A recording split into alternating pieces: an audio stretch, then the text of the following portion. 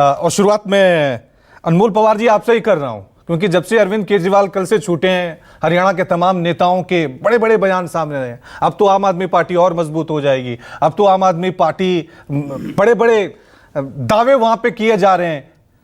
तो इन दावों के पीछे हकीकत क्या है? लोकसभा चुनाव देखें तो आपका प्रदर्शन बहुत खतरनाक रहा। उससे पहले जो देश में विधानसभा चुनाव हुए, मध्य प्रदेश, राजस्थान, छत्तीसगढ़, आपका कोई अस्तित्व नहीं था। हां, यह है कि आप हेडलाइन मैनेजमेंट वो अच्छी तरह से कर लेते हैं। ये जो दावे किए जा रहे हैं कि अब अरविंद केजरीवाल बाहर आ गए हैं, हरियाणा की सियासत बदल जाएगी, क्या वजह क्या है इन दावों के पीछे? रवि जी, जब हम पहली बार दिल्ली विधानसभा चुनाव लड़े थे तब भी हमारा कोई अस्तित्व नहीं था। जब पहली बार पंजाब विधानसभा लड़े थे तब भी हमारा कोई अस्तित्व नहीं था। जब गुजरात में हम 5 विधायक लेके आए थे, वो भी भाजपा की दमन के बावजूद, तब भी हमारा कोई अस्तित्व नहीं था। और लगातार हम प्रचंड बहुमत हासिल कर रहे हैं, क्योंकि हम काम की राजनीति में विश्वास रखते हैं और जनता उस पर मोहर लगाती है। अरविंद केजरीवाल जी का बाहर आना देश की राजनीति में नया अध्याय लिखा जाएगा। अब हरियाणा में जिस तरह लोकसभा चुनाव में भाजपा हाफ हुई थी, इस बार साफ हो जाएगी, क्योंकि हम संघर्षों की ज्वाला में तपे हुए लोग हैं। अगर भाजपा को यह लगता है कि हम रण छोड़ के भाग जाएंगे उनके दमनकारी नीतियों की वजह से, तो वो उनकी गलतफहमी है। हम 100 गुना मजबूती से रण में उनसे लड़ेंगे और जीतेंगे, क्योंकि हम सच्चाई के साथ खड़े हैं, हम ईमानदारी के साथ खड़े हैं और जनता हमारा भरपूर समर्थन कर रही है। जितना प्यार और आशीर्वाद मनीष सिसोदिया जी को मिला है, जितना प्यार और आशीर्वाद अरविंद केजरीवाल जी को मिला है, हम जनता को तहे दिल से इसका आभार प्रकट करते हैं। और अब आप हरियाणा में देखिएगा किस तरह से आम आदमी पार्टी का परचम लहराएगा। लेकिन अनमोल जी, अभी तक जितने भी विधानसभा चुनाव हुए हैं, जिन राज्यों का मैंने जिक्र किया, चाहे मध्य प्रदेश की बात कर लें, राजस्थान की बात कर लें, या पिछली बार हरियाणा की ही बात कर लें, 1% भी वोट आपको नहीं आया था पिछली बार जब विधानसभा चुनाव थे। लोकसभा में 4% आपको आया था। तो जीतेंगे आप, ये तो किसी को कोई यहां पे विश्वास ही नहीं हो रहा है। हाँ, वोट काट पाएंगे आप, ये लोग सवाल उठा रहे हैं। अब बड़ा सवाल है कि आप वोट किसका काटेंगे, बीजेपी का या कांग्रेस का? रवि जी, ऐसा होता है कि आम आदमी पार्टी का ये इतिहास रहा है कि हम सर्वे में नहीं आते, हम सीधा सरकार में आते हैं।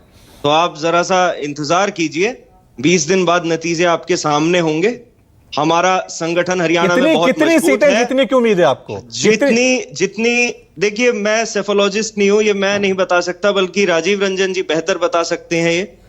लेकिन मैं इतना जरूर कह सकता हूं कि मजबूती से चुनाव लड़ा जा रहा है। जितनी जनसभा आम आदमी पार्टी ने पिछले 2 साल में हरियाणा में की है, वो शायद रिकॉर्ड रहा है। किसी और अन्य पॉलिटिकल पार्टी ने इतनी जनसभाएं नहीं की। जिस तरह का जनसंपर्क अभियान हमारे कार्यकर्ता चला रहे हैं, लोगों के बीच में जा रहे हैं। तो मैं भी आपको गिना रहा हूं ना। आपने हिमाचल में चुनाव लड़ा, वहां रिकॉर्ड क्या रहा? 0। उत्तराखंड में चुनाव लड़ा, वहां क्या रिकॉर्ड रहा? 0। मध्य प्रदेश में, राजस्थान में, वहां का रिकॉर्ड क्या है? 0। मैं यही तो कह रहा हूं ना, आप जीत नहीं पा रहे हैं।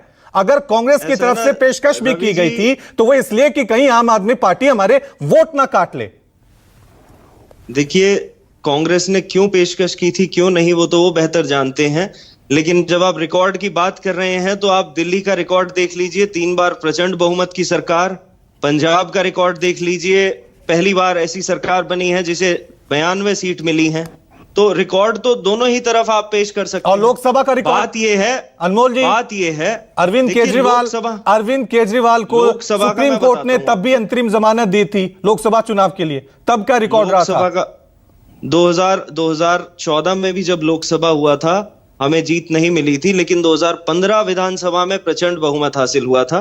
2020 में भी, मैं लोकसभा की बात कर रहा हूं, अनमोल जी, मैं भी लोकसभा की बात कर रहा हूं। सर, बात तो पूरी होने दीजिए। हाँ, 2019 लोकसभा में भी दिल्ली में हमें शिकस्त मिली थी, लेकिन 2020 विधानसभा में उसी दिल्ली की जनता ने हमें प्रचंड बहुमत दिया था। लोकसभा चुनाव के मुद्दे अलग होते हैं, विधानसभा चुनाव के मुद्दे अलग होते हैं। नहीं, मैं ये कह रहा हूं, आप दावे तब भी ये किए गए थे ना कि अरविंद केजरीवाल अब दिल्ली की सियासत में आ गए हैं, अब तो आम आदमी पार्टी, और तब तो आपका कांग्रेस के साथ गठबंधन भी था, तब भी कुछ खास इंपैक्ट नहीं डाला। मेरा पॉइंट ऑफ व्यू यह है कि हरियाणा की सियासत में आप एक वोट कटवा पार्टी हैं, इंपैक्टफुल पार्टी हैं, या आप इंडिया गठबंधन के अलायंस की तरह काम करेंगे? आपकी भूमिका क्या है? देखिए, देश की जनता इस बात को आज मानती है कि अगर कोई व्यक्ति इस देश की राजनीति में है, जो किए गए वादों को पूरा करता है, तो वो अरविंद केजरीवाल जी हैं। जो जो वादे दिल्ली में और पंजाब में अरविंद केजरीवाल जी ने किए कि हम मुफ्त विश्व स्तरीय शिक्षा देंगे, 24 घंटे बिजली की व्यवस्था करेंगे, मुफ्त पानी देंगे और जो बेहतर व्यवस्था है महिलाओं के लिए, किसानों के लिए, वो की जाएंगी, वो सारी पूरी की गई हैं। यही कारण है कि आम आदमी पार्टी को देश की जनता पसंद करती है।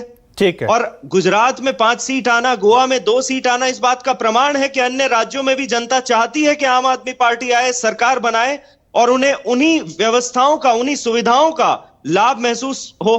ठीक है, ठीक है। तो आप ये मान रहे हैं कि एंट्री लेवल का ये चुनाव हो सकता है हरियाणा में? आप नहीं, मैं ये नहीं मान रहा। दरअसल आपका पॉइंट ऑफ व्यू है कि एंट्री लेवल का चुनाव हो सकता है।